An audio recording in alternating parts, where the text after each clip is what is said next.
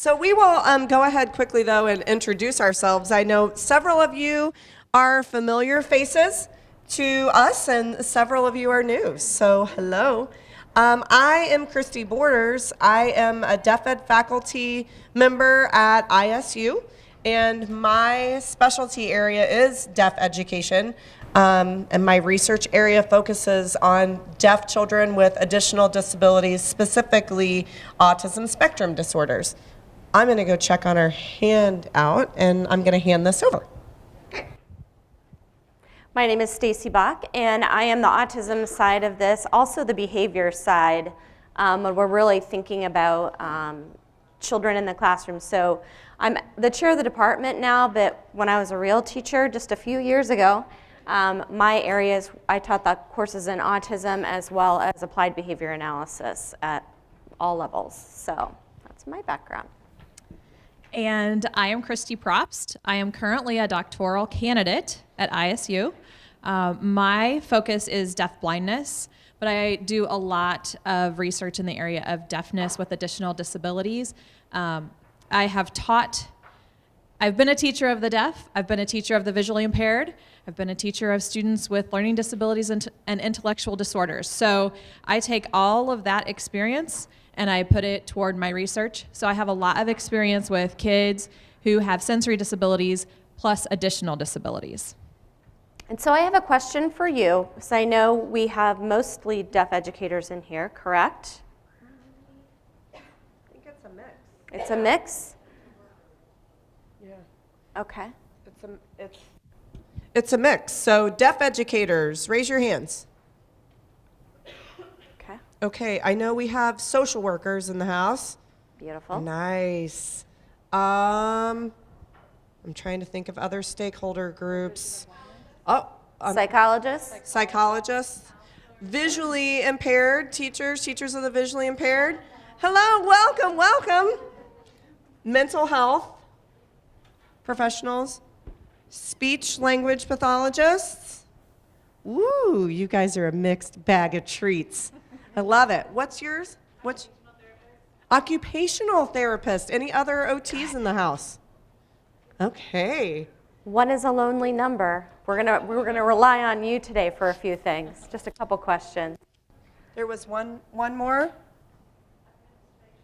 Administration. Hello, I'm sorry. You should have been the first one. I should know better. Administrators. 2. Sorry about you. We're glad you're here.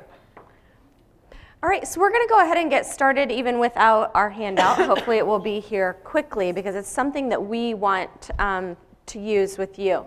Today we really wanted to focus on the sensory component of working with children with deafness plus additional disabilities. And the reason why we wanted to do that is because oftentimes when you think of sensory, what do you think of? Besides my OT, I don't want you to answer right now. If I say a child has a sensory impairment or a sensory dysfunction, what do you think about?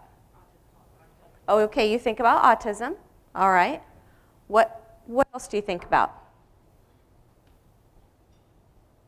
Dysregulation. So dysregulation or disruption. Okay. So you see some behaviors in which your children are seeking some sensory input. All right? Anything else? Do some of you just kind of think of the visual and the auditory components mostly? Yeah? Textures, so tactile? Okay. All right. Well, we wanted to talk about it today because the sensory component actually has a huge impact on how a child learns in the classroom.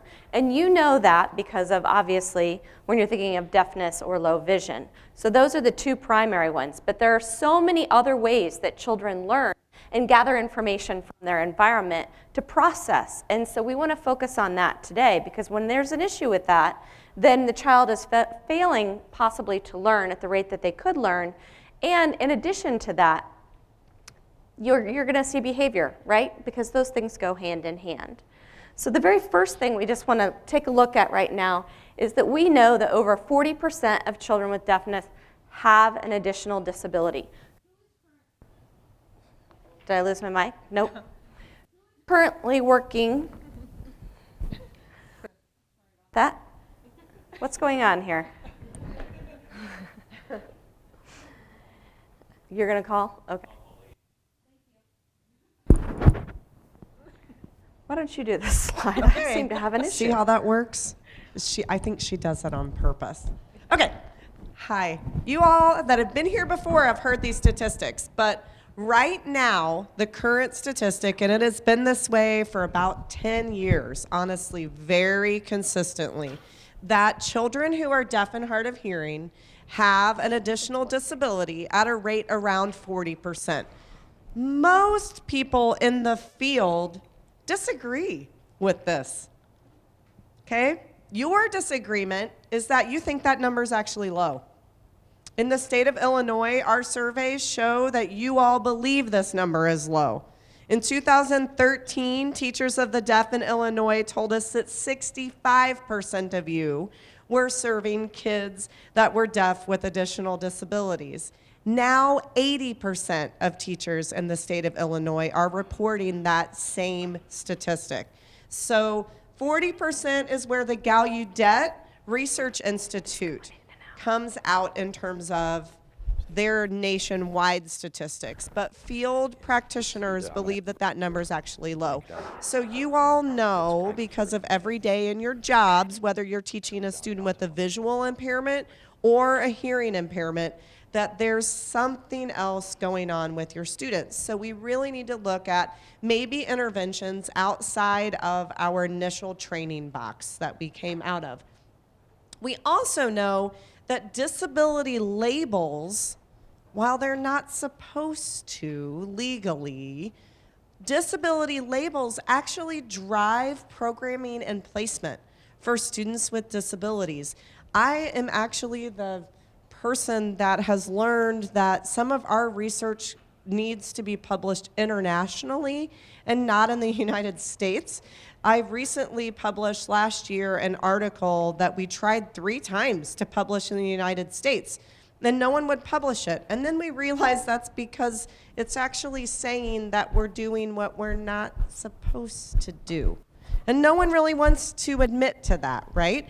But what the studies showed was that when we looked at over 350 IEPs of students with any degree of hearing loss, maybe not even the educational label of deaf and hard of hearing, that dependent on their primary education label determined their placement and determined all the services that they were going to receive. So you all may have the experience in your field where a student changes labels, right? Because it's hard. There's all these additional disabilities going on. Well, if they're educationally labeled autism spectrum disorders, they're going to get one bag of services and one bag of placement options.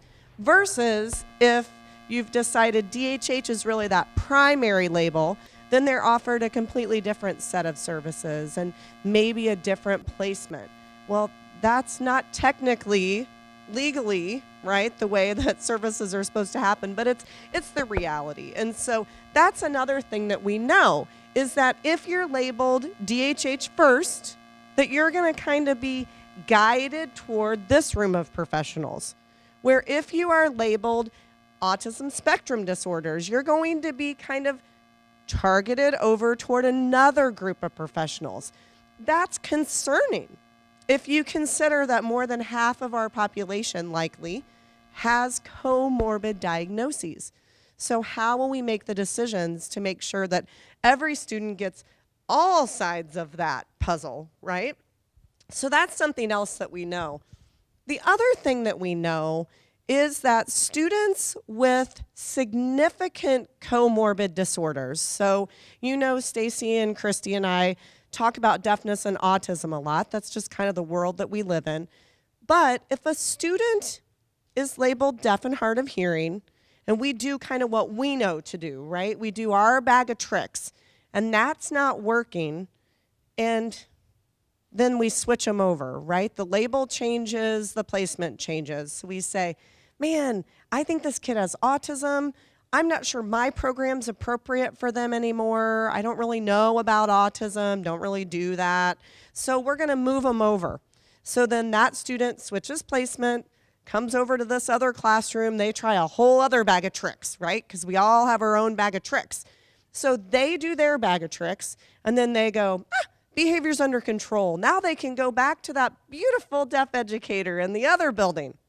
And then they switch them back. And this kind of action happens many, many times for our students with complex comorbidity. And that impacts their trajectory. Because if all you're doing is every 6 months or every year or every 2 years switching programming, nothing is consistent. And that's going to impact outcomes for our students. So that is one of the major reasons that we look at this population through perhaps a multifaceted lens, okay? The other piece is behavior is always a concern. For a general educator, behavior is of concern. I think we were reading this last week, and there was a statistic that said somewhere between 50 and 80% of a general education teacher's day is spent on behavior. Well, if that's gen ed, y'all's lives are amazing. Because that means you guys are sitting at probably 90-95% of your day is on behavior. And then you get that nice little 5 to 10% that you can work on academics and content, right? So behavior has to come first. Because if we don't get behavior under control, then access to language and content is impaired. So this is kind of our framework from how we look at these things and why we're going to move forward today on this really specific topic of sensory. Because we've talked behavior with this group many times. We've looked at some interventions from fields outside of deaf education. But now we really need to look at sensory from more, I'm going to just say, from our ASD backgrounds than from our deaf and hard of hearing background. And we're going to move forward and try to help you guys think about ways you can intervene to address the sensory piece. Sound good? Now, I'm going to talk for just a minute to our vision people. There's like 5 of you. You're one of them. So you're mine today, okay? So, vision. I think your statistic is actually higher than ours. Test 1 2. Check 1 2. Test 1 2. For additional disabilities. It's actually higher in the field of vision, correct? Yes, and in deafblindness, you're talking 95% of students with deafblindness are thought to have an additional comorbid disorder in addition to deafness and blindness, as if that's not enough, right? So vision folks, I come from the world of deafness. Christy has to come along and teach me all kinds of new things all the time about vision and deafblindness. But know that this definitely applies to all of you today because sensory is going to impact our kids regardless. Okay? Hold that for a minute because I think I have to click on something. Okay. What's the research? Doc student? Anybody have any idea about what the research is on this? Nothing. We have a little bit, but for the most part, I would say we don't have research on this topic. I recently did a huge lit review looking at deafblindness and additional disabilities, particularly autism, and there's like nothing. We have a hard time finding any research on this topic that tells us what direction to go. What are we looking at? How do we address these things? Nothing. So we talk about it and we try to put manuscripts out and tell people about it. But for the most part, research on this topic is minute at best. What's underway right now with some research, and actually Christy, this is a part of her dissertation, is to try to get a picture of what does the field look like? What do these children look like? And kind of what is their growth trajectory?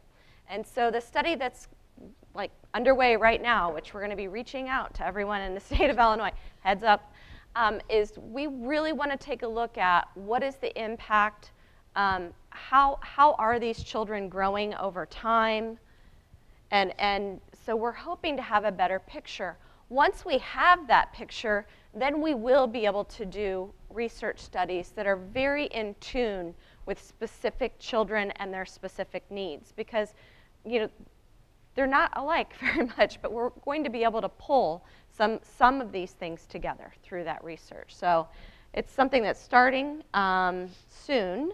Starting soon, and so be looking for email communication from us and through Sherry, actually, in particular. I can tell you a little bit about that. It's going to be a longitudinal file evaluation. So basically, we'll be sending emails to ask teachers and parents to work together to upload every IEP and every MFE and the supporting assessment reports that go with those for any child that you know of that is either deaf with autism or deaf with suspected autism spectrum disorders. So that's going to be a mountain of data. It's also nationwide. So we're doing snowball sampling. We're working with Children's Hospital in Cincinnati to start to look at some of this and look at what does this look like over time? How many times are they bouncing back and forth, left to right? And what is that impact? Because until we get a good picture, then we really can't start to move forward with interventions. So just be looking for that. Data will be starting to come, we'll be starting to collect data probably within the next 2 to 3 weeks. So it'll be fresh on your minds. Okay? All right, you all, oh, sorry, deafblind, forgot. My portion of that is looking at the communication growth of students longitudinally, very similar, it's just a sub part of this study, of students who have both deafness and a visual impairment. And so I've kind of pared mine down a little bit. I'm just focusing on communication growth, but yeah, same part of that study, and that will be included in the emails and such as well. Excellent. Yes, ma'am. I have a student that I'm a teacher. I have an LBS1, but I work at Fort Rock, so I have a. Can you walk over there with the mic? Yes, I can. Thank you for prompting my bad deaf educator-ness. I'm a teacher. I work for Philip Rock. I have a student with a cochlear implant that's integrated into Gen Ed, but I would say behavior is why she's not in Gen Ed kindergarten more. And I think that that's such a thing that's overlooked. That's just my comment. Absolutely. I think that we would agree with you, and we would love if when we send you our little link, if you will throw us a bone in terms of some research support. Sorry, sometimes I have to take my research hat on and off. You all have seen this little girl before, correct? No, wrong group of people. Okay, this is a little difficult to see. Stacy, what do you want them to look for? Is there any way we could dim the lights a little bit up here so they can see the video? So let's just dive right in and take a look at a little girl. And I want you to kind of look at it. If this child were in your classroom, kind of what are some things that you would be thinking? Okay, we're going to be able to see her a little bit. Thank you. And why is this?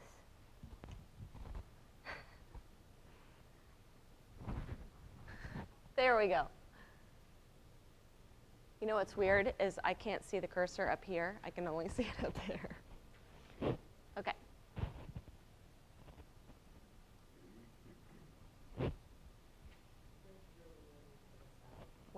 We don't really need the sound, yeah.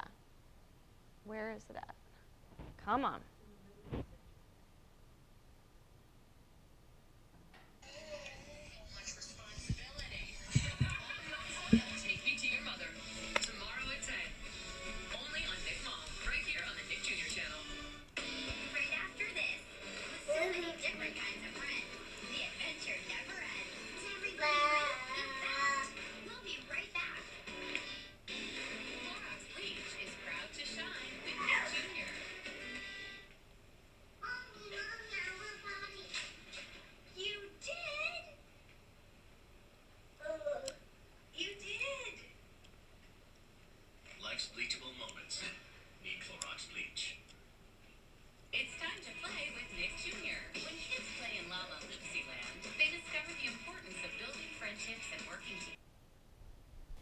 Okay. What did you see going on with this little girl? Obviously, she was watching TV. Rubbing the carpet. Okay, so she's down, she starts off, she's rubbing the carpet. So she's getting some sensory input there. What else did you see? Yes.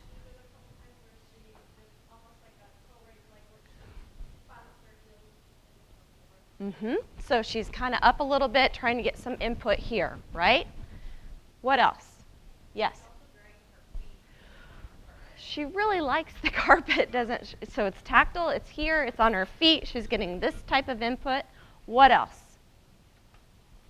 Yes. Some minor vocalization or babble. Okay, so you heard some vocalization and some babbling. Anything else?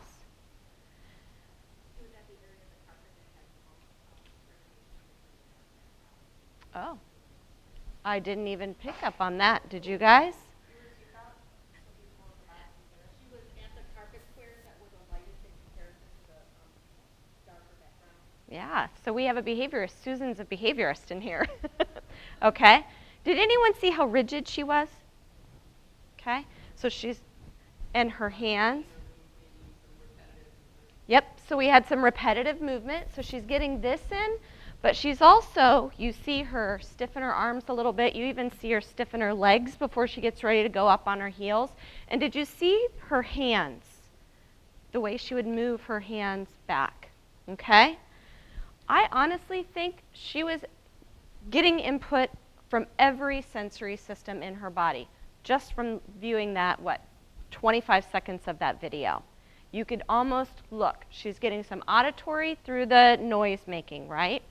She's getting some proprioceptive in. She's getting vestibular in, okay? She's got the tactile going. The only thing I didn't see is her put anything in her mouth, which if the video would have been longer, we may have seen whatever she was picking up off the floor go into her mouth, okay? And we really didn't see her smell anything, I guess. But my guess is if we would have left the video on a little bit longer, we probably would have seen input in most of those areas. But her primary area kind of seemed to be the tactile, right? And probably some of the proprioceptive as well. Those looked pretty strong. Okay, we have one more video that I want you to watch, and Christy is going to give you a little background on this one. Okay, so I don't know if any of you have ever heard of Clarissa Vollmer, or Little Pearl, they call her. She has a very, very rare genetic disorder, and as far as I know, I think there are only 2 children maybe in the world that have this disorder. They look like they could be twins, except he's older. His name is Orion. But Clarissa's parents post videos and things on Facebook a lot. And this is a picture of her. She is deaf-blind. And so we'll watch this, and you can tell us what you see.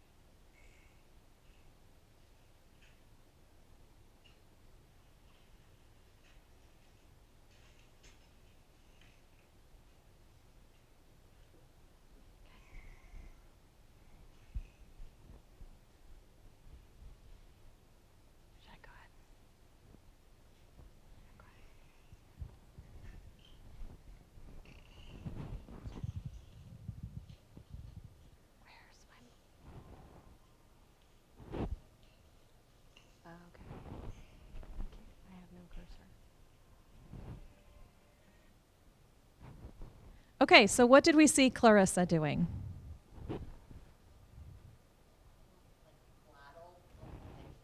Yeah, she was making some glottal vocalizations. What else did you see? She put the toy in her mouth. I don't know if you could see, but that's one of those letters that has a texture on it. It's kind of bumpy and has ridges. She put that in her mouth. Okay, what else? She's bringing both of her feet to midline. Awesome. Yeah, she's using both of her hands to grab those balls and move them. I don't really know if you could see in that video, but she's actually in a laundry basket. They have her in a laundry basket that's full of balls and different toys. And one of the things that she does a lot with her feet and her hands is she'll reach out and touch the sides of that laundry basket, kind of testing, seeing where her world is. Anything else? Yeah, she moved herself back down farther into the balls.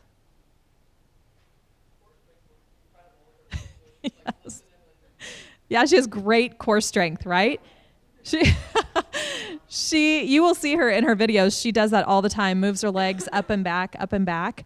I don't know if you know this about kiddos who are deaf-blind, but they will use their hands and their feet to feel what's around them and to get that sensory input. Anybody notice that she put her hand over her eyes? Her arm over her eyes? She does that a lot. And Christy and Stacy were asking me, why does she do that? And her parents say that they think the reason that she does that is sometimes she gets air in her eyes and she doesn't like the feeling. They don't really know exactly why she does that. But that could be a sensory thing. If she's getting air blowing in her eyes, she doesn't like that feeling. Anything else you saw from there? So she looked happy, right? Okay. So she was kind of in a good sensory place, I would say. Snuggled down in the balls. She knew she was in a safe area because she could feel with her feet. She could feel with her arms. So she was definitely engaging.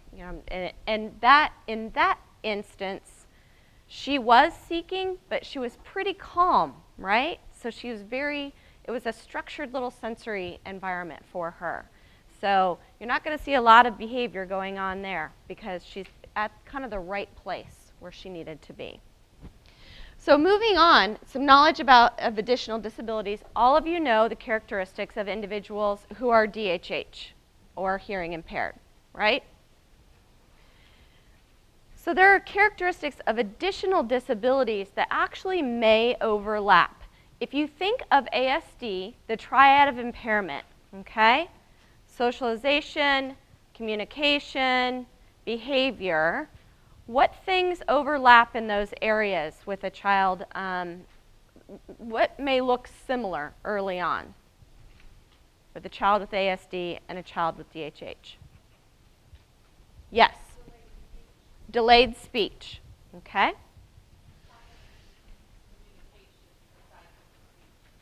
Okay.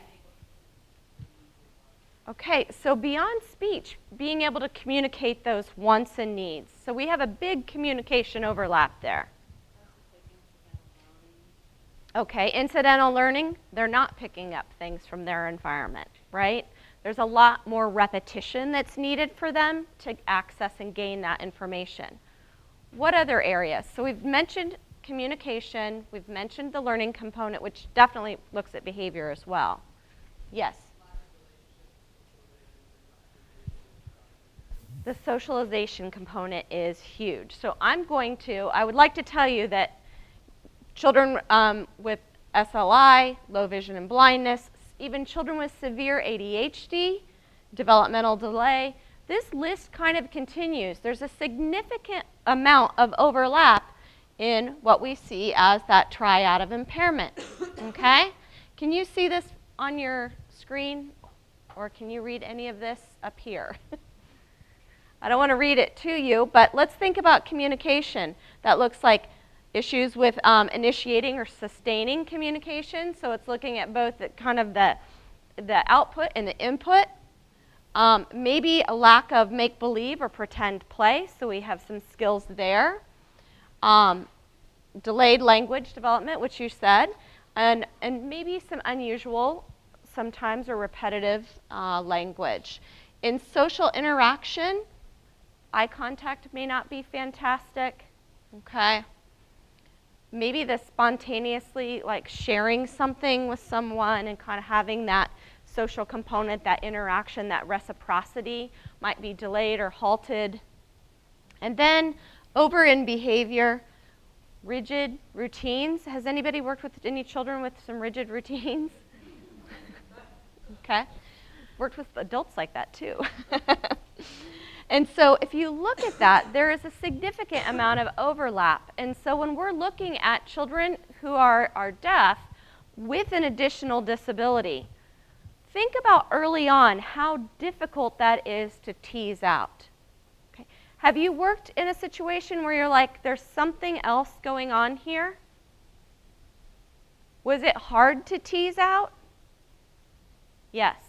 So those additional, kind of the additional diagnosis typically comes pretty late. It's very delayed when a child has deafness in order to identify what is that additional component that we're looking at. And that makes it hard for us to structure learning early on.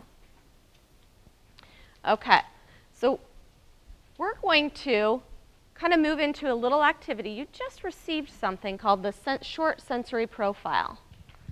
And because I want us to get kind of immersed in this, does anybody just want to readily admit that they have some sensory issues? Wow. There you go. We're amongst friends. We are amongst friends, okay?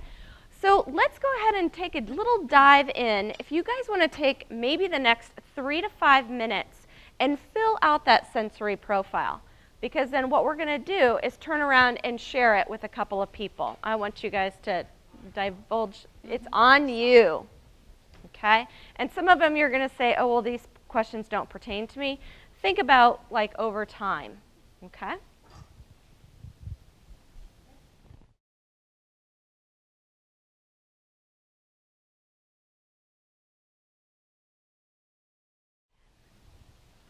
Okay. Now, if you haven't had a full opportunity to score it, we can go back and take a look at that in a little bit. But I want to go ahead and move on. So you can get an idea. Did anyone find anything out about yourself in looking at this? So basically, when I look at it, if I see that there's like an always somewhere, or I'm leaning to one side or the other, that's giving me an indication without even filling out the numbers, right? Because I can add it up with 1 point being always and 5 being never. But it'll allow you to see if you're in typical performance, probable difference, or a definite difference, okay? Borders, I'm going to ask you, what areas on this do you think I might have a definite difference? Because I'm going to divulge a few things. Her nose is weird. So I'm just going to say right now, olfactory, she's off the charts, atypical. Okay. What are the other areas? It's visual, tactile, taste, smell, movement. Yeah.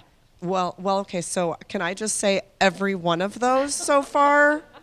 We travel a lot together. Stacy and I spend a lot of time together. Olfactory is something I've never seen before. She's kind of superhuman. Visual, sometimes, like she's the person, she sees things in the lights that other people don't see. Over, like, what do you call those kind of lights? Fluorescent lights.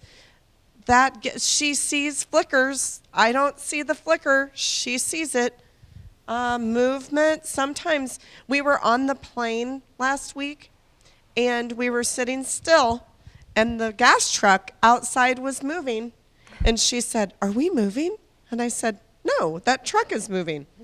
So I think that her vision and her movement all together, that's my guess. Tactile just depends on, I don't think you don't have much tactile stuff, but her nose is straight up strange. I actually spent the weekend with some friends and my children and they were like, do you know that you smell like everything, right? Before you eat, do you not like sometimes smell that, or is that an odd thing? No, it's odd. Okay. You smell things, right? No, that's odd? Okay. Yeah, I like to know what's coming up. And so part of that for me is to smell. So, and it's not good enough to just be on a plate in front of me. I actually like hold it up and smell it and then eat it. As long as I do it the first time, then it's going in. Textures, nothing with sog, okay? Anything that's super slick. Thank you for joining me. Okay. What about wet bread?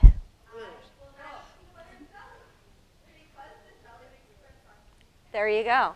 Okay, so I just have to tell you that you're among friends, Stacy. So we were in San Antonio last week, and she ordered her crunchy taco on a separate plate. Because if it were on a plate with anything else, it's not officially crunchy. It's not a crunchy Look taco. look at how many people are. They love you. No.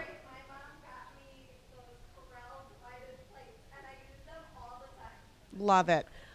You may be atypical. My grandmother, I guess, went to some sort of a yard sale and found like the lunchroom plates, and for years fed me on the lunchroom plates. And then I didn't even put, because she's a farm girl, farm grandma, and so she would always have green beans and things like that that had like runny moisture things. So those were actually in a separate bowl, right? Because if anything kind of infiltrated, yeah. I'm the person, as soon as the food is set on the table, I have my fork and my knife out, and I'm trying to divide it up as quick as possible. Okay, so, see? You're there, right? Does it will you not eat if it's touching, like all together?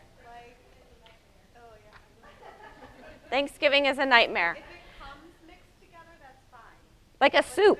Right, but if it's supposed to be, if it's separate, it has to stay separate. There you go. Okay, see? We have some things in common. Now, there's people that are looking at us oddly right now. I'm not going to lie. Okay. I don't either, as long as it doesn't touch. The visual probably is my second largest, and she's right. After standing in these lights all day, and I don't even, yeah, probably, I'll start getting sparklies around the corners of my eyes, which can sometimes lead into a migraine.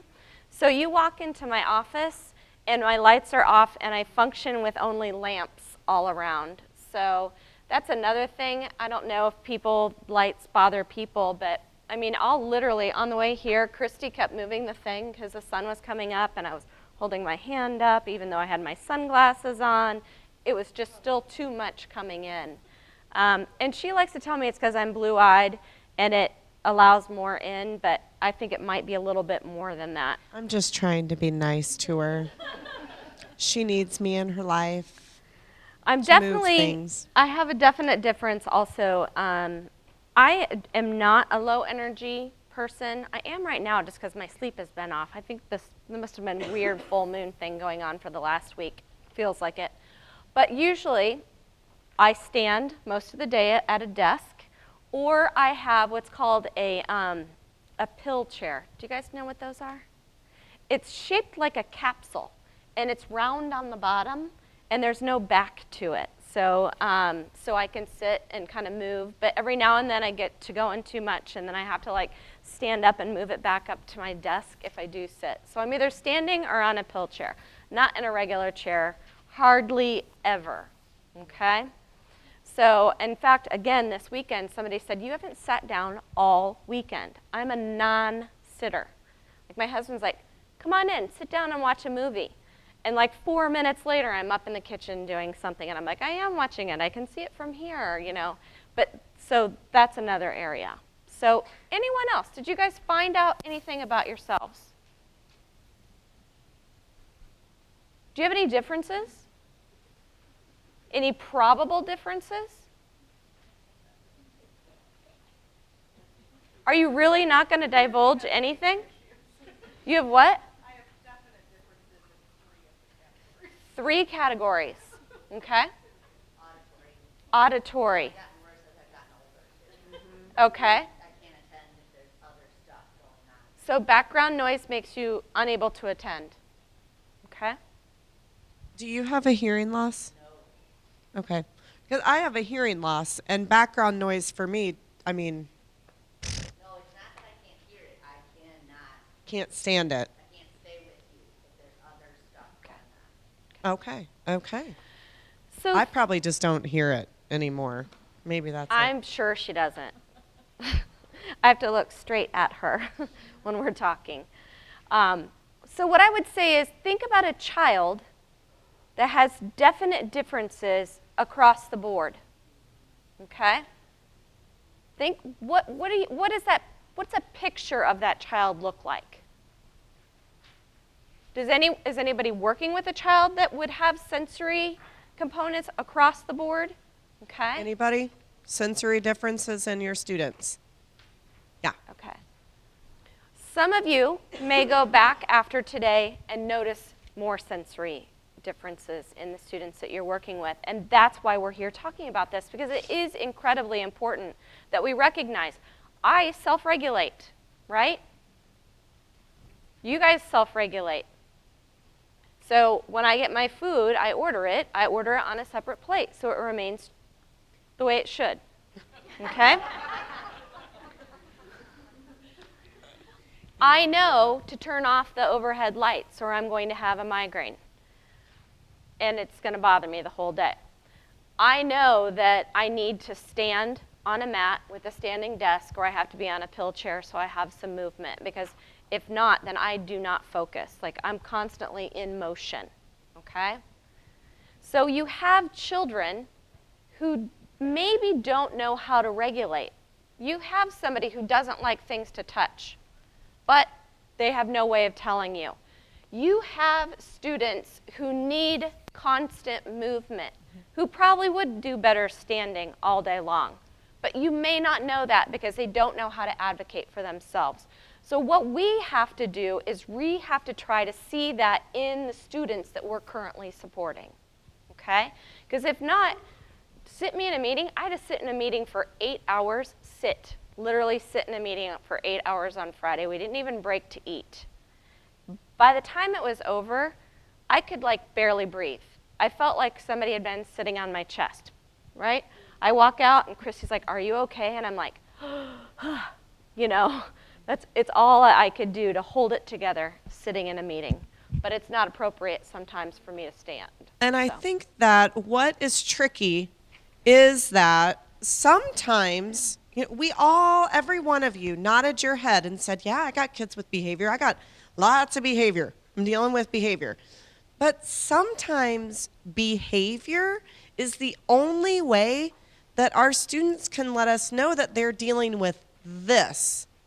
So many times in our heads, when you deal with kids that have a behavior issue or abnormal behavior, we go straight to the behavior and we skip this step.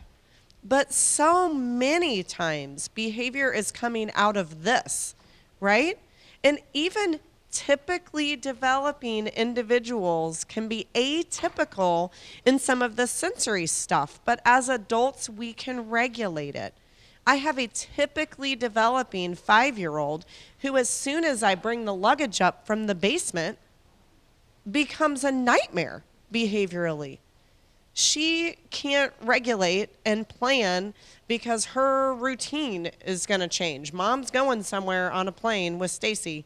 It's not going to be okay. I don't know if Dad's going to feed him or not. But so just singing the luggage is enough to send my child with great language and typical development into behaviors. And my husband doesn't get that at all. So I'm like, okay, she's going to the whiny, clingy behavioral tantrum thing's going to start. And he's like, "No, it's not." I'm like, "Yeah, it is," because I view that way. That's sensory for her. There's so many things that can happen where behavior looks like behavior, but you've got to figure out the underlying. There's a model that we have read about that I really, really like called the ziggurat model. It's specifically designed for children with high functioning autism, but it's called ziggurat. And it's, built like a ziggurat, like a pyramid. And the very bottom layer of the pyramid is sensory. And that model says that you can't even start to think about instruction until you figure out this sensory piece. Because if that sensory piece isn't figured out, everything else you do is going to fall. So you have to do this piece first. Okay. So these are the sensory systems. It's fine. I was just going to say what you might see in the classroom. I also have a typically developing, well, now he's 12, but when he was in first grade, his teacher, now this might sound terrible, but it came across to us as parents, couldn't stand him. We got notes every day. He didn't get his whatever point or green card or whatever today because he threw his lunch card. He's the only kid who did that, really. He didn't do, he didn't get this because he jumped off the swing. He did da-da-da-da-da-da-da. So I tell my husband, by October, we're going to get a call, and she's not going to say, I think he has ADHD, but she's going to say, can we call the social worker in to observe him? No, she's not going to do that. Guess who got the call right before October parent-teacher conferences? And I was like, yeah, go ahead, do that. You go ahead. Well, does he sit and do puzzles? No, none of my children sit and do puzzles. They're all boys. They want to be up running around. So anyway, social worker comes in, and I was shocked because he was regulating. How was he regulating? He did not stop moving at all for 2 hours. He's playing with his pencil. He's moving his feet. He's taking his shoes off. He's playing with his desk. He's moving around, all this stuff. But when they asked questions, they asked him 8 different questions. Well, they asked the whole class, but he answered 8. How many did he get correct? All of them. And why is that? Because he was self-regulating. He knew, I can't sit here. I cannot do this. That drove the teacher crazy. But he was doing what he needed to function in that classroom. Yeah, and Borders and I were just talking we talk a lot, but when we were on the plane and we were talking about this presentation, and honestly, my girls are 22 and 20. I have a sensory seeker, and I have one that, I don't know, she just regulates herself. She's kind of one of those weird brainiacs. But my sensory seeker, she's a petter. Do you know what I mean? She does this, is constantly touching. She's 20, and I'm thinking, when is she going to get over this? But I got home, and it's like first thing she does is she sits and pets me. I cannot stand to have somebody pet me, right? Everyone needs to do this at lunch. But you can see these in your own children. I'm thinking she's 20. Is it ever going to get right? Well, I guess she feels comfortable regulating. So maybe when she gets married and she gets older, she'll have someone that she can pet. So in looking at this, we're looking at the different sensory systems. We have olfactory, gustatory, tactile, vestibular, proprioceptive, visual, auditory. Those are the ways in which information comes into your body. This is how you learn. Think about an infant. How does an infant start to learn? What does that look like? Do they put things in their mouths? Yeah? Do they touch things? Do they put things in their mouth that they shouldn't? Right. That's one of the first ways they're beginning to explore their world, and they're beginning to learn. So we're going to travel through each of these systems, and there's a few visuals in here. Oh, before we do that, we are going to take a quick break. You guys good with that? I'm sorry I didn't give you a transition warning. Some of them needed a transition. Okay, let's go ahead and take, a 10-minute break? Is that what we're doing? Yes? Okay. Okay, let's take a look at olfactory first. Well, as I was saying, we're going to get together in teams and do a little work and really kind of think child-specific as we move forward, but that's in a little bit. Let's go ahead and hit one of my favorite areas, which is olfactory, we're taking in all the information through smell, okay? Do you have any children that you're working with that like to smell things? Yes? All day, okay? Smelling appropriate things or inappropriate things? Inappropriate, okay. Everything, okay? So olfactory is going to be a primary learning register for that child, either to regulate them, to kind of bring them up, or to calm them down, okay? And so that information goes in through the olfactory sensory, goes in through the brain, kind of through the sensory register, and then your brain figures out what to do with it from there. What we know about children who have disabilities is that sometimes their sensory systems, olfactory, gustatory, all these areas, they're wired just a little bit differently than you and I are, okay? Well, not you. Well, then most of you. All right. So olfactory, taking things in through our nose, okay? Little kids do this a lot too. You'll see them smell things before they eat them. I guess maybe some of these things I just didn't grow out of. I don't know, I'm not sure. Gustatory, sense of taste. Who's working with children who put things in their mouths, okay? Appropriate things or inappropriate? Inappropriate? Everything? Okay. Do they eat and swallow or just explore? Eating and swallow, so they have pica, which can be, as we know, very, very dangerous. How do you function in your environment with that? Okay. She has to watch him like a hawk, right? When you go into your classroom, do you just make sure that there's nothing on the floor? No staples, no anything? Okay. When you go out, they go outside, rocks, thatch from the grass, anything like that go in the child's mouth? No? Yes? Okay. So that is some severe pica. I had a child, a female that I worked with severe pica. She consumed the inside of her mattress over the course of a year. At night, she would eat her diaper, so they kind of had to duct tape her in, and she ate her windowsill. So very dangerous. But that was a child that pica goes well beyond taking in information gustatorially. That's obviously an eating issue. Tactile, okay? So we're taking in everything through the sense of touch, okay? Petter. How else? Do you have kids that like to touch everything? Okay, manipulate things, have their hands all over.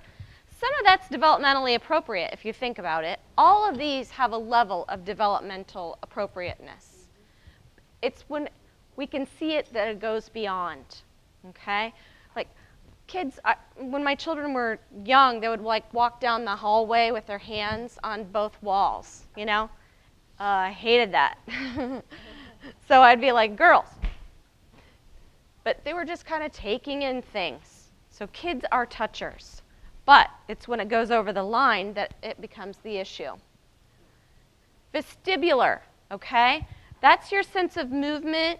That's where you are, kind of your balance, where you are in space, okay? So the little girl, Julie, she was doing some of this, wasn't she? And flapping. Those are classic ways for a child to get input as to where they are in space, that vestibular component, okay? Typical in kids with vision loss, right? Because they're not able to use their sight, and deaf-blind kids, sight or sound, to figure out where they are in space. So using vestibular input is typical. And that's where you see some of those overlaps. If you don't know deaf-blind kids or kids with visual impairment and you see this flapping, and your first thought is, oh, that kid has autism. No, that kid has a vision impairment and is trying to figure out where they are in space right now. And so that's a typical overlap of ASD and vision loss as well. But that's something that kids can use and will use to figure out where they are in space. Mm-hmm. Proprioceptive. That's when I think of proprioceptive, I think of kind of like that kids that like pressure, okay? Sometimes it's very calming for children. Yes.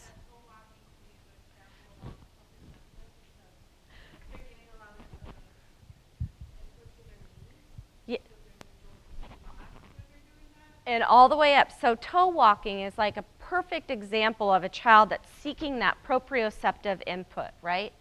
So they are getting it all the way up through their legs, into their joints, even into their hips, okay?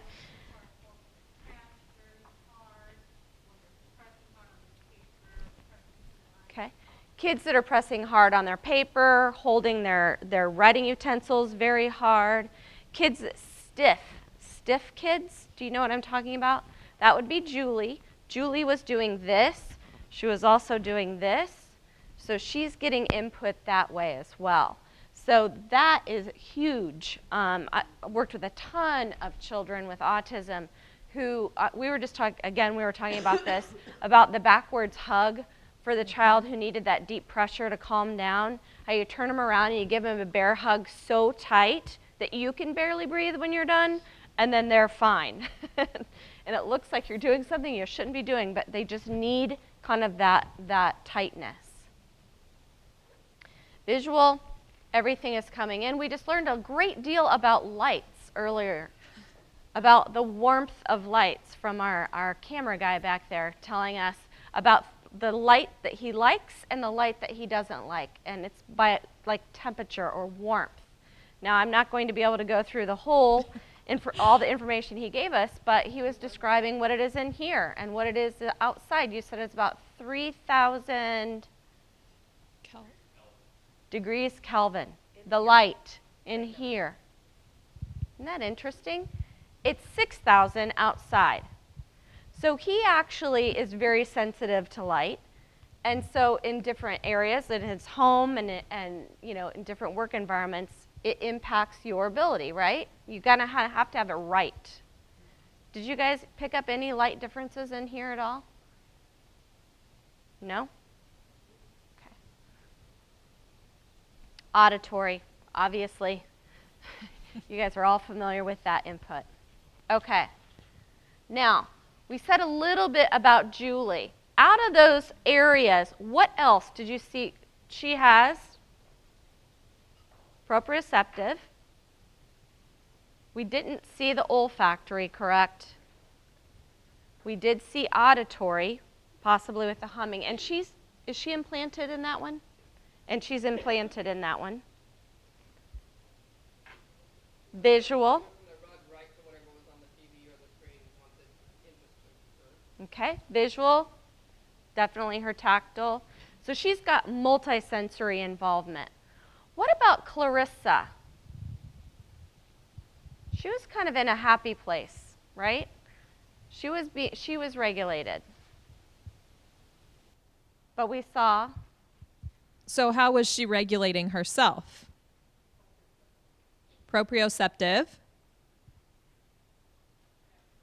Tactile. She was putting the letter in her mouth. I think. Vestibular. Vestibular. Mm-hmm.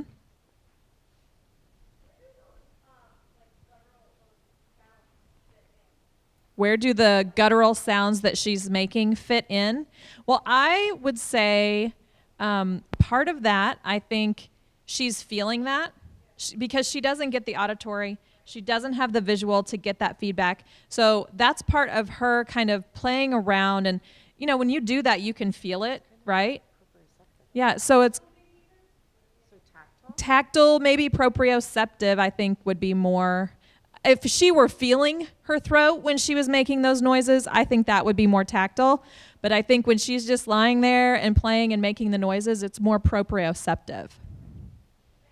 I actually do think that a lot of vocal play, especially that real glottal play, is kind of this structure proprioceptive. How else are you going to, you know, you've also got tight neck people, but that's still not going to get this activation.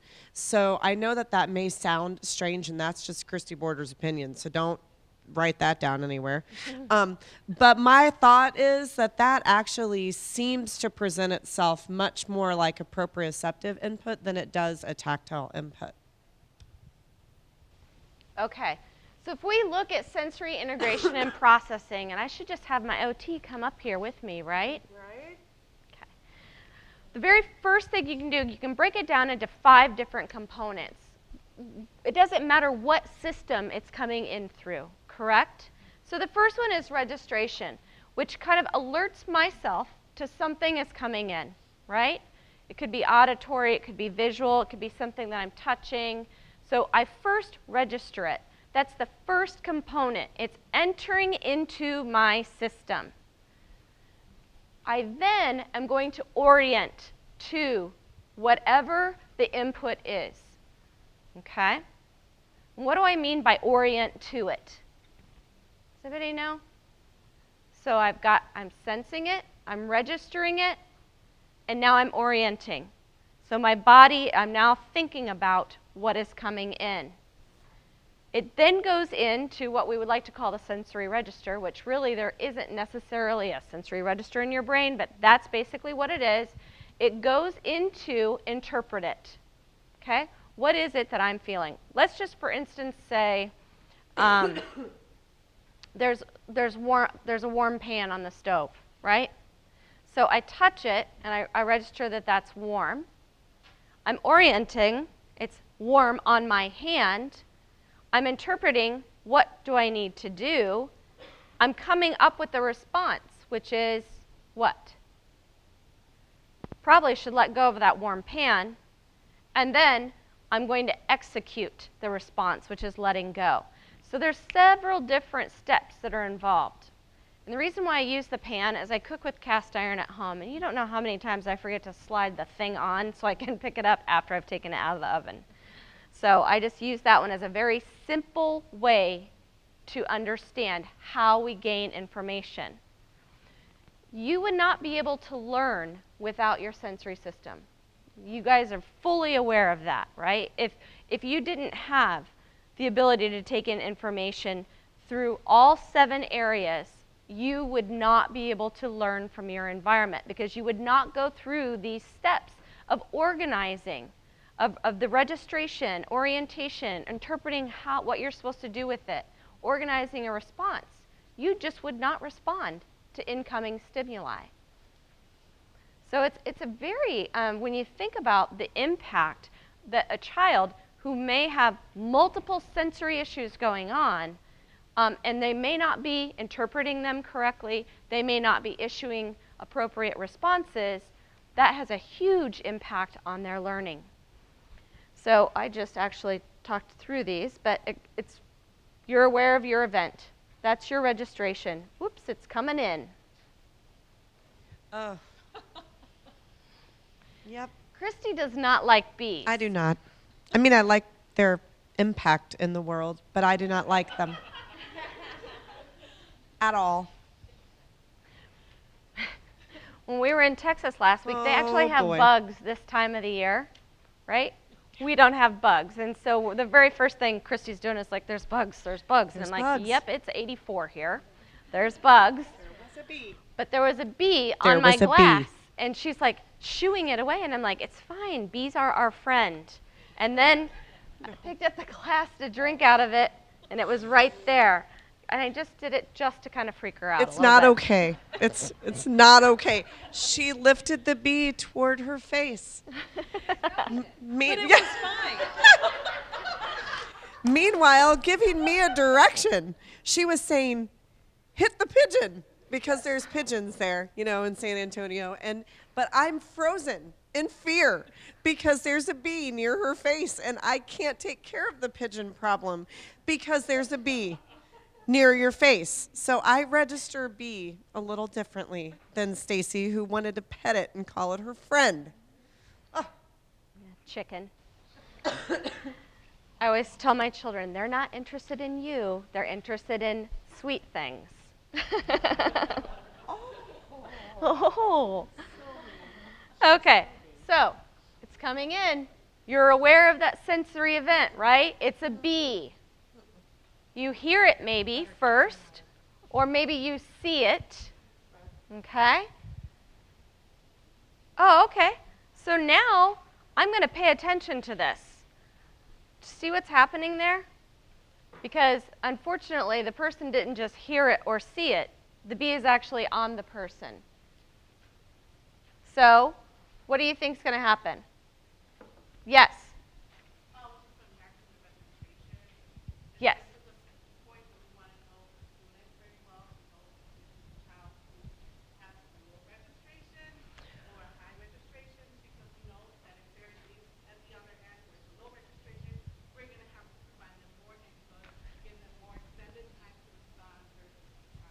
Exactly. She's talking about low registration and high registration, hypo, hyper sensitivities, and we are actually going to go in and talk about the impact that that has, because the child may react very slow to something like this, okay? The child may overreact very quickly to something, like you would be an over, right? I am. Okay, I'm glad you said that.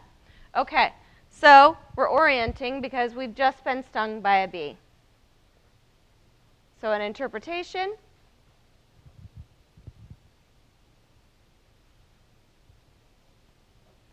How do we respond? What's your response? Just going to sit there? Shoo it away? If it's already stung you, you might also have a really adverse response, right? Okay? So you interpret that, you come up with that information, okay? And then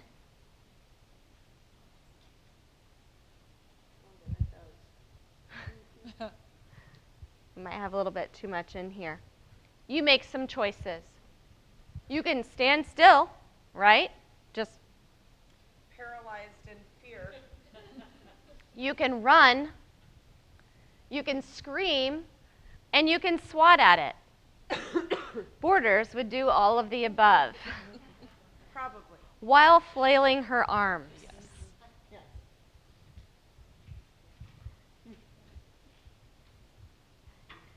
So our brain basically kind of gives meaning to that sensory information. So if my highway is not connected in the same way, or I'm a low registration person or a high registration person, I'm going to interpret and I'm going to react differently.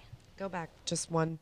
Okay, the other piece is we need to talk about interpretation, and when you're making that connection is can only be based on experience, right? So if you look at this picture, that person, this person's hand, who like triples in size when she gets stung by a bee, has my response because I remember that response, right? But if a child hasn't had an experience, they're not quite that's going to impact all of that as well. So if you consider children who are deafblind, who maybe are still in that basket, right? They haven't had those experiences, that their brain is still developing those pathways. So experience is part of this. Beekeepers are going to interpret seeing a bee very differently than how I interpret seeing a bee. I'm fine with bees if they're in my garden up on the sunflowers. I plant sunflowers so they stay away from me. I need them there, but they need to be way like 8 feet tall, away from me. Nobody ever gets stung. But if they're on the glass, then I'm not okay with that. Okay. And then our brain determines if a response is necessary. And Christie's would say yes, and my brain would say no. So we are all very different in how we respond to stimuli in the environment. But children who have disabilities, it's almost one step beyond that, right? So let's look at organizing that response. It's all a part of the message of how it comes in, what I'm going to do, how I'm going to react. Those are all entwined, and as she said, it's a part of what we have experienced, what we've been a part of. I can't say that I was ever stung by a bee. I was by a hornet. So those are a little freaky for me, and I don't know how good those things are, because I think they just build like nasty little nests up in corners. I grew up on outside of town in a farmhouse, and we had hornets everywhere. But the bee, I'm fine with. So Christy chooses to run. Run. All right. So the last when you look at the execution of an adapted response, that's that final stage, and the response is that action that generates the process to begin again, okay? So it's now part of your memory, right? Absolutely. So every time she sees a bee, what's probably going to happen?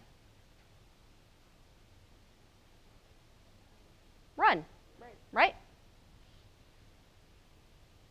Same thing with the children that you're working with. It becomes a cycle. The behavior becomes cyclical in nature.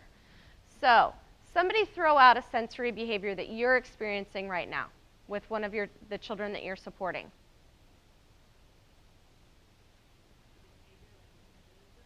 Mm-hmm. Flapping his hands and blinking his eyes. Kind of crazy. We have to add that in, right? So it's, oh, she brought video. We don't have parent permission, so we won't take a look at that. However, so he's flapping. Is he flapping his hands near his eyes? I mean, he does like these jerky things, so he'll like flip his head to one side and like flap his eyes. Okay, he jerks his head to one side and flaps his eyes. And is he low vision? Not that you know of.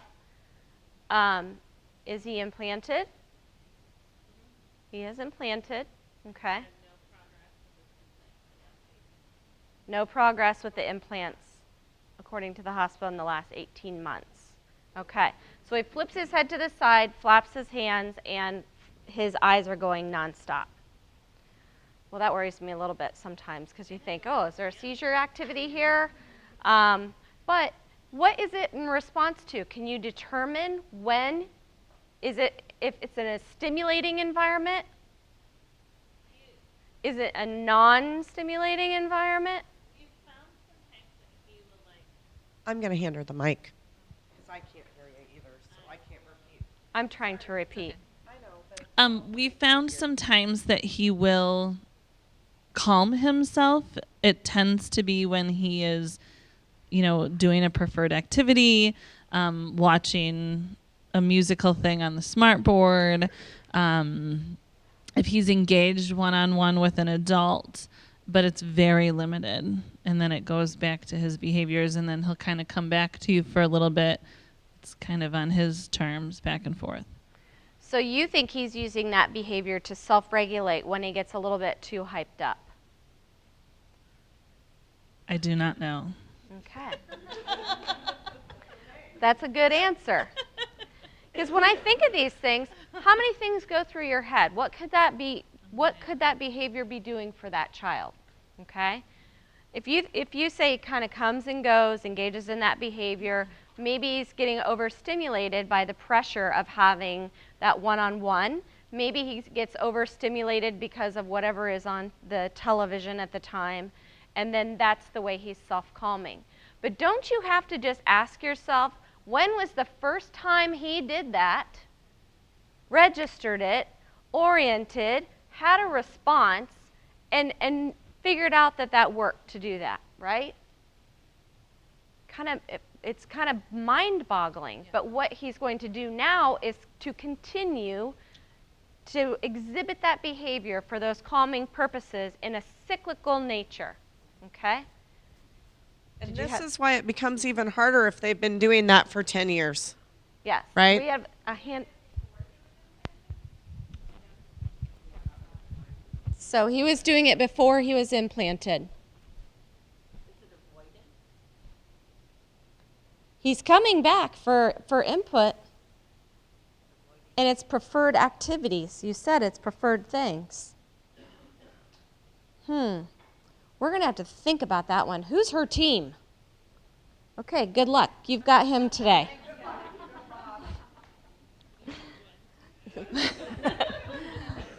We'll all rotate and join the team. And now I'm speaking out of two mics. Driving him crazy. I think I already burnt one mic out. Okay. You're fine. Let's keep it going. It's running. That's me. I'm running away.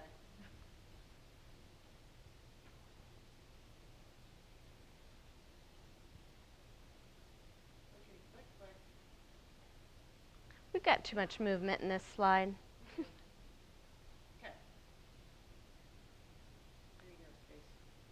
Okay, she just went through that. Okay, so that's okay. Nope, don't go back.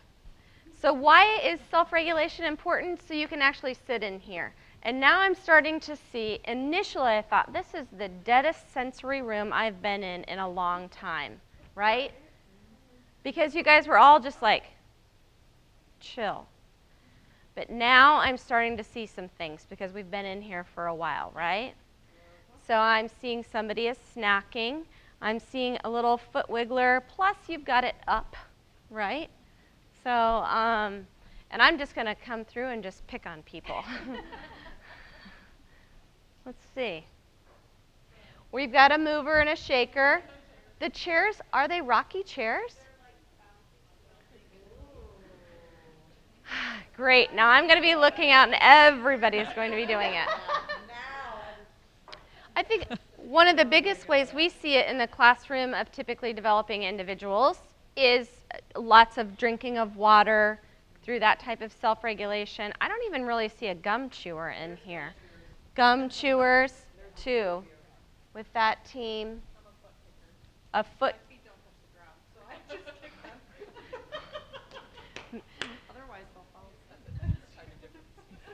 How do you do that when the chair is short? Oh, and I can actually touch the ground. Yeah. And I sit like this. Okay. So this is really interesting what she's doing. She's a foot kicker, she says. She can kick her feet because she is vertically challenged. She's short. And so she just sits, she's like going to town actually right now. And if the chair is actually short enough, then she will sit cross-legged in the chair. Okay. What's going on there? It's a strategy, right? You're regulating because you're keeping yourself awake, right? But I think when you fold your feet up, that's actually grounding for you. Yeah. So, and it's weird because you can't really sit in professional meetings with your, crisscross applesauce in a chair, right? No, you're fine. It's just one. Now she thinks I'm picking on her. No. Yes. I would like to point this out, too. It's because you have to sit like this sometimes. Yep. That's Do you do that when you drive? Like if you have to, you don't drive, you have a visual impairment. Sorry. I do that sometimes when I drive. Take my shoe off and put my foot up. I know that's not safe. Don't tell any police officers. But I drive a lot, long distances. Yes. So the sensory system and that being regulated is incredibly important because you're able to take in information when you're regulated. When you are not regulated, you are not taking in information. And that self-regulation, if you think of that, that is the core. Our kids need to be regulated in order for them to access things from the environment. Okay? So that's something that we need to keep at the forefront at all times. I would not be able to work if I didn't have a standing desk. I would not be, or a pill chair, because after a while you just feel like you're going to have to run laps around the building, right?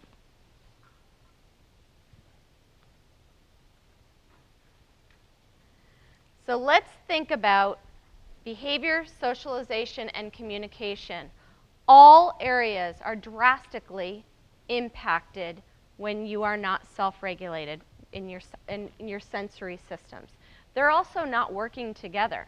Think about how your sensory systems work together to gather and take in information. Okay? So how does this affect individuals with deafness and additional disabilities?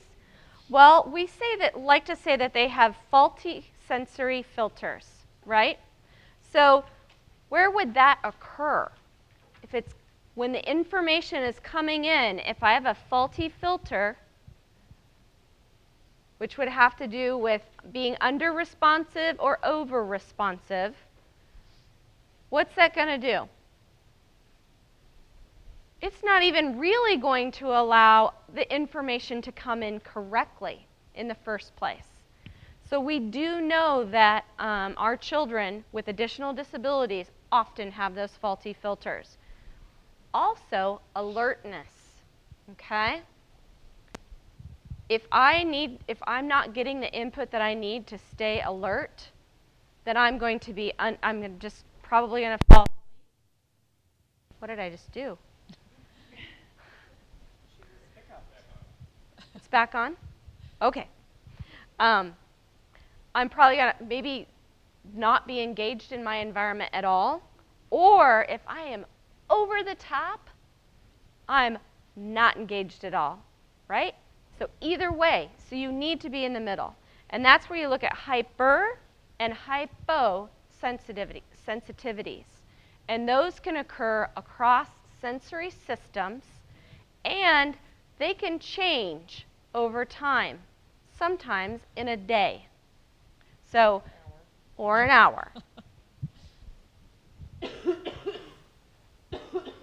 Okay. Now, what I want you to do is take 2 minutes, go back to your sensory profile. Pull this out. Okay?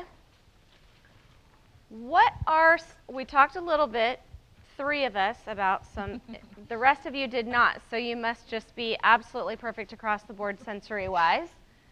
So I'm going to ask 3 different people to divulge. And I'll go to the back of the room too.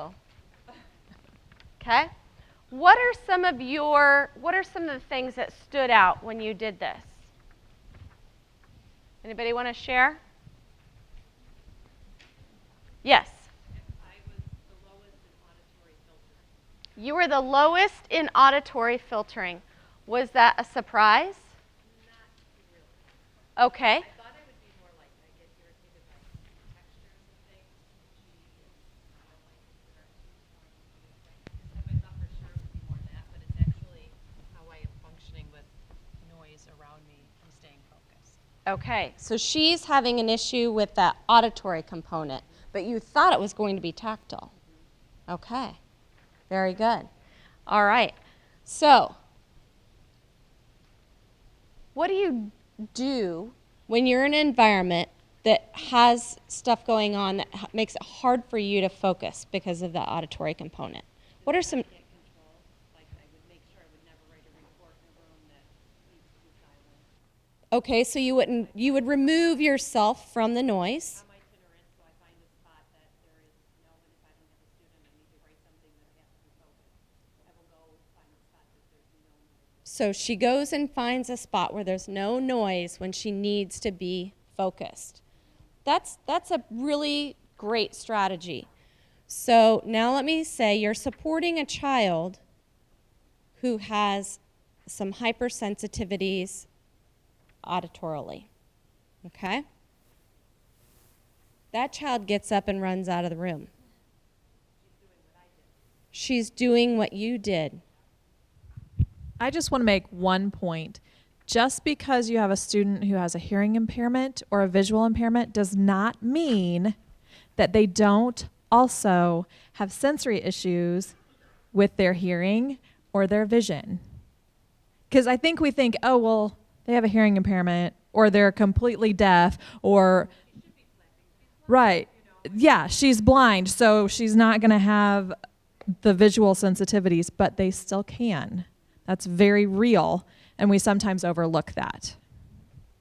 And I don't want to hold that because I'll talk into both mics and make him crazy. And what we would do is actually you're reacting somewhat the same way, correct? You're removing yourself, the child, and she's removing herself. But what does that look like from somebody who's not understanding that sensory component for her? Naughty, right? That's behavior. Automatically, something that actually is a strategy is becoming something that is impacting. And we're not rewarding that she found her blind spot. Yeah. Yep. You're not rewarding that. Why? What are you going to do? You're going to go get her and you're going to bring her right back into the environment that she was having a difficult time in. Okay?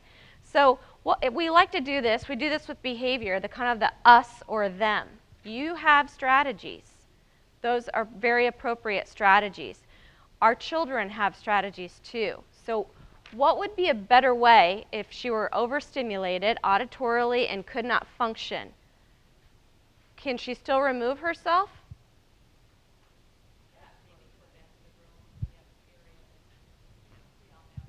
Right. So maybe she removes her, it's more of a teaching time or a teaching opportunity for her to be moved to the back of the room. Okay? When I was supporting children with just traditional autism, we did noise cancellation headphones, you know, kind of the cheap ones from Walmart that you can get for shooting guns, actually. They're like $13. We would put those on to try to block out some of that information that was coming in too much too fast so the child could focus. Okay? So did anybody else have another sensory issue that came up? Kind of maybe not as a surprise, but you want to divulge? And I'm still coming to the back of the room. Yes. Tactile. Okay. Was it a surprise? No, not at all. No. Her colleague is even like, no. All right. And why, colleague, why was it not a surprise? We've known each other for like 10 years. She won't touch stuff, you know, sticky stuff, and she'll. You don't touch sticky stuff? No, sticky stuff, like my feet, I can't walk on things, and it's getting worse as I get older. Oh, so your register is getting a little faulty as you get older? Sure. Okay. So what do you do to compensate for things like that? I just don't touch things. I make my colleagues touch them. I was just going to say, what appropriate strategies do you have? But I don't know that that's actually appropriate. Bless you for helping her out in life. You have no sensory issues? Not one. So That's too funny. Okay, so besides having her, when she's not around, what do you do? I just don't touch things. I wear socks or shoes all the time. She wears socks or shoes Unless all it's the at time? my house. I'm good at my house, but anywhere else. I might be a little bit of a germaphobe. I too. was just going to ask that. She might be a germaphobe. Okay. Well, what if you're at work and something spills? Sticky. I get lots and lots of paper towels, and Okay. yeah. Are you a hand washer? I may have a humongous bag of hand sanitizer, you know, at home, in my office. Okay. Yeah. My All purse, right. my car. So, okay, so you have things that you've put in your life. Yep. What about if you're supporting a child that doesn't like to touch things because there's a weird tactile response? I don't know. I have not had that situation, so. You've never had that situation. You experience it, but you haven't really seen it in another child. I've seen it in a ton of children with autism. Okay? They don't like to touch a lot of things. I'm in an itinerant setting, so you know, we just don't. I just don't You see haven't it. run Yeah. into it? Mm-mm. So anybody in here have children that you're supporting that don't like to touch certain things? Okay.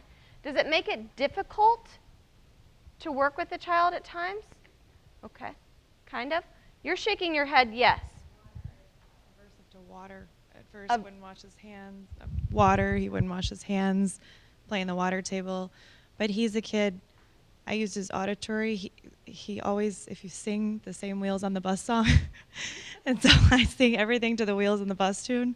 This is the way we wash our hands. Okay. And now he finally does it. Okay. But at first he wouldn't. So if it's anything he's nervous to touch or scared to touch, then I just bring out that tune. This is the way we touch the Play-Doh. Touch the Play-Doh. And So you're use something he providing likes. auditorily, you're calming him by using that same kind of tune to get him to do things. Right. Very good. I can just see him when he's 18. Just kidding. People will be singing to him for the rest of his life. Okay, one more area. I have picked on a lot of people over here and back there. And how about up here? You guys are kind of quiet. You don't have anything. The only thing that I wrote occasionally in is reacts emotionally or aggressively to touch, but I feel like sounds too dramatic. Like sometimes I just don't like when people touch me, but I don't get aggressive. So you don't get aggressive, but you Yeah. don't like it. Yeah. So if you had my 20-year-old daughter do this. Yeah, that would drive me nuts. Yeah, me too. Okay. I was going to say, what did I mark for that one? Okay. So you have a child that you're supporting who does not like to be touched. Okay. How does that impact learning?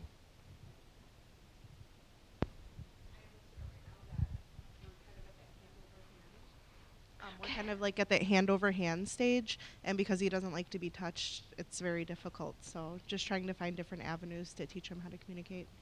Okay, so you're just trying to figure out how to teach him how to communicate. You're hand over hand right now, and he's hating that because he doesn't like the touch. Okay. Can I just ask a question? Have you tried hand under hand? Where you put your hand under his? I would try that. Just a little. Try that. A little try that. Okay, yes.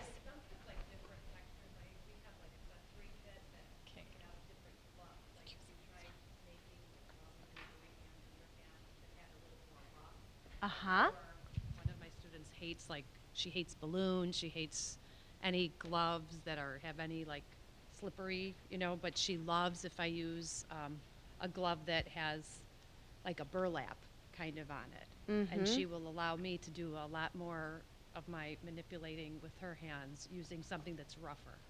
So, Exactly what I wouldn't think, but what she loves. Yeah. And- There's sometimes when we think, oh, they will hate that. Like sandpaper. Oh, it's like one of my students will lick it. Yes. She doesn't lick anything else. She loves that rougher, Yes. So things, you got to try everything. Things that you think, I would never want that to touch my body. Keep it away.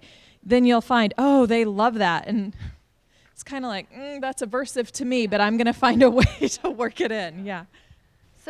So think now that you have a student that doesn't like to be touched, that doesn't like to touch certain things, that, what was the other component?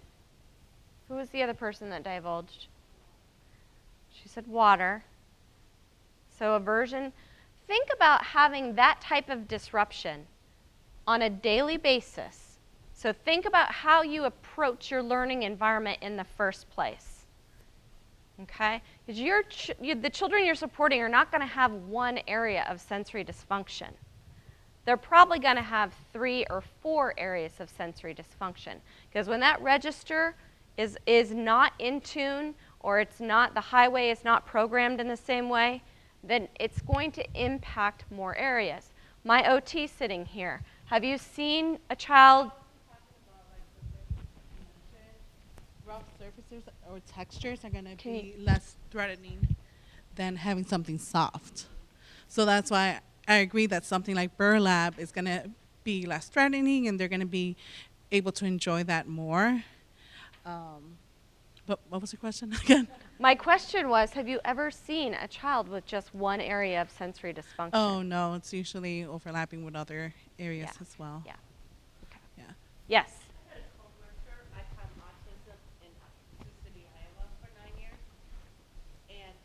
And she was I think she had a child with autism, and she compared the sensory system like an itch you can't scratch. And I always liked that analogy. That's actually a really good analogy, that sensory system that she said she compared it to an itch that you can't scratch. So it's a constant something that's bothering you that you're constantly having to work at regulating. So then we have our behavior, right? Hold on, Stacy. Yes. I like that hand underhand, but also if you do more of a firm touch versus a light touch, that they seem to prefer that as well. Oh, if you do more of a firm touch versus a light touch when you're doing hand over hand, that they register that better.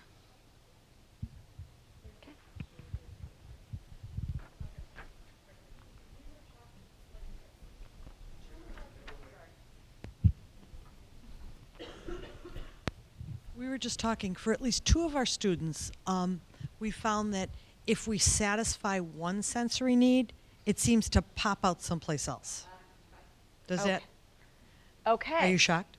I'm not shocked by that because I'm not going to talk into both of them. It's like verbal rehearsal now, sorry. It doesn't surprise me though, because if the child, you may think that you have satisfied that area, right? But what it actually is doing is maybe it's stopped calming in that area, so the child is seeking in another area. So we also have to think of arousal levels. Are the things like bringing them up and making them a part of what's going on, or are they calming them down? So you can see things pop up in other areas. And that's difficult because which area is impacting the child the most from being able to access information in the environment? I also think, and I have seen this many times, self-stimulatory behavior where that's bothersome. It doesn't seem socially appropriate. And so teachers are very hell-bent on, let's just get rid of that. Like, let's get him to stop flapping or get him to stop touching or whatever that's going to be. Well, that's like me making her stop moving her feet, right? The minute I put a box on the bottom of her chair to get her to stop kicking her feet because that seems more socially appropriate, it's going to come out somewhere else, right? And so sometimes I think that what's actually happened is that we've just tried to make a behavior disappear that has to be there. It's like me taking your gum away or taking all these water cups off of your table and asking you to sit there and pay attention to me. It's not going to happen. And so that's why I think today becomes such an important conversation for deaf and hard of hearing teachers, because frankly, I wasn't trained in this stuff. Were you guys? I mean, I trained some of you, so some of you I can answer that question. But no, we weren't trained to think about it this way, right? We thought this all day long. We know this all day long, but we don't think about how cupping your hands over your ears does more than block out hearing. It also increases pressure in your eustachian tube. And so there are kids that we think maybe that's that they don't like their hearing aids or they don't, but it could be physical sensory input. You know, I mean, you guys can hear my sensory input right now, right? My eustachian tube is feeling physically very different right now. And so some of those things that seem like hearing aid avoidance or blocking you out because I'm just avoiding, so we go straight to behavior, right?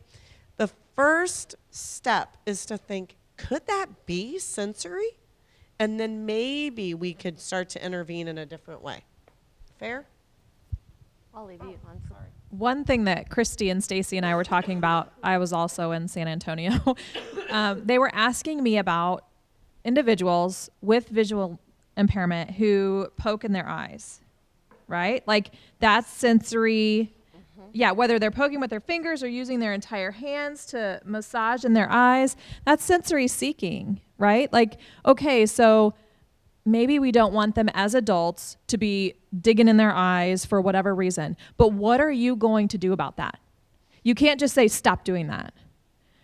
There's something that they're getting, some kind of feedback that they're getting in their sensory system that needs to be itched, somehow replaced.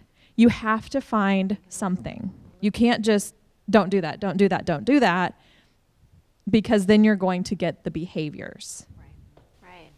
And it goes back to that loop. Remember, at one point, the child that satisfied, he tried it, it satisfied it, and so that's the same loop that the child keeps going back to scratch the itch. I like that. So let's think about behavior for a minute.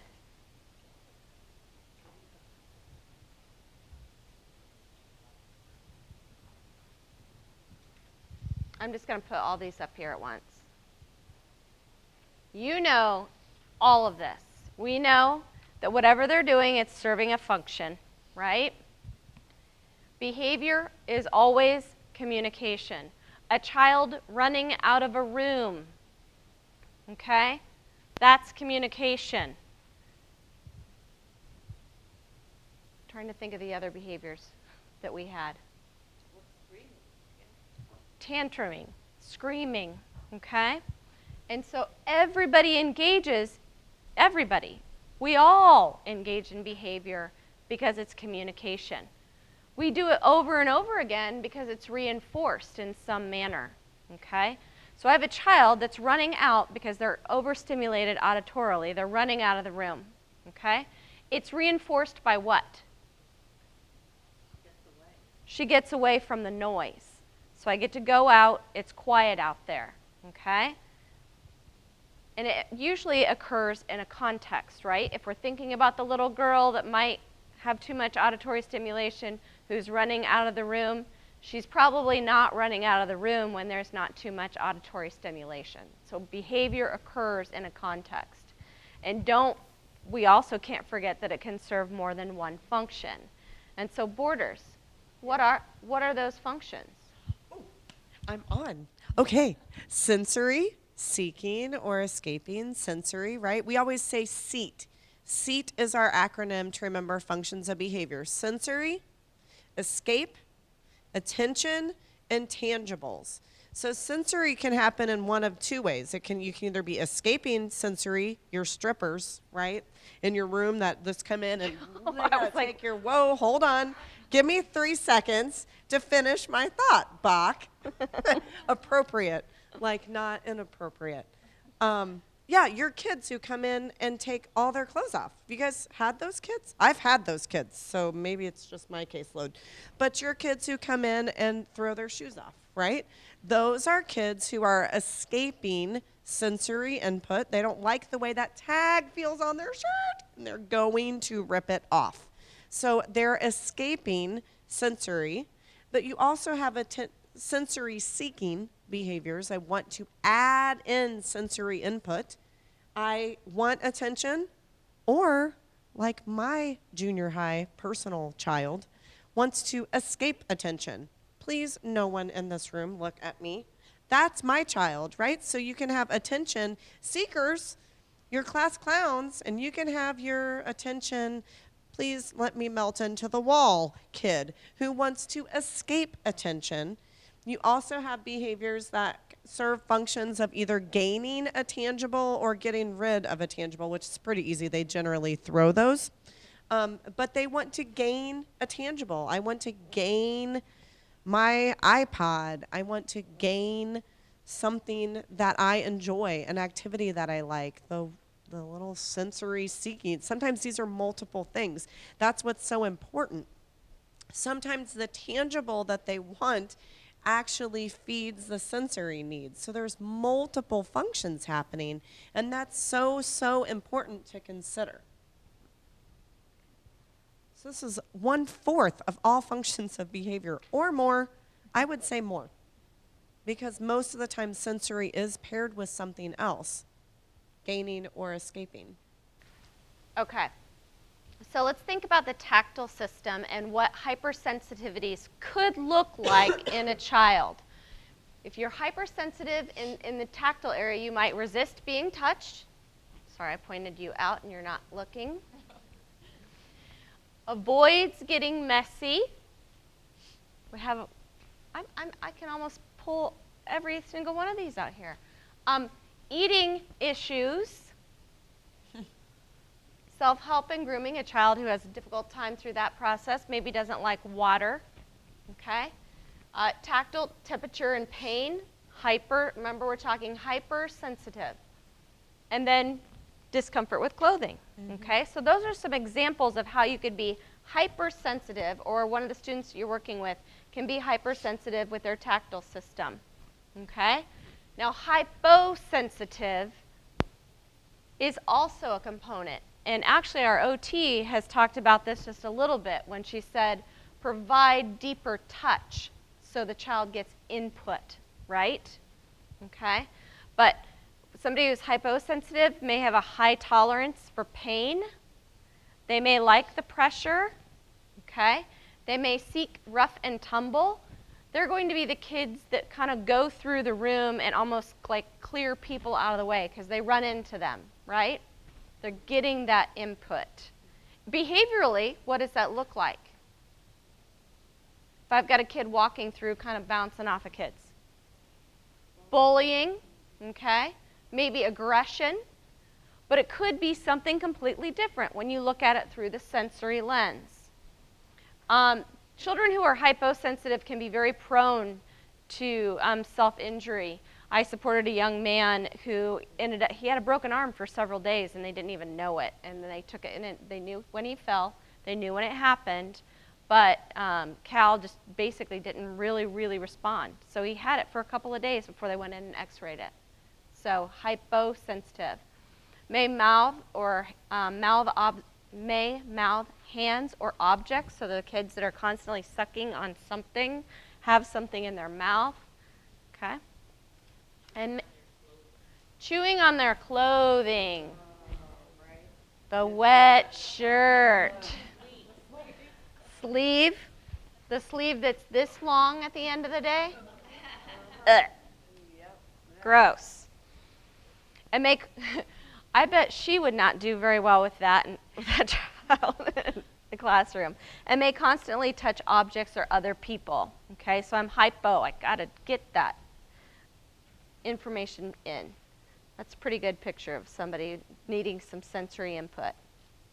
Okay, so what do you do when a student has hyper or hypo tactile sensitivity? And this is where I want you to think about in your groups. Okay? So you're here as teams, correct? Yes? Okay. We're going to, can one member of each team come up and grab a sheet of paper, which we're going to stick on the wall in a few minutes, and a marker. So I'm going to go back to that slide.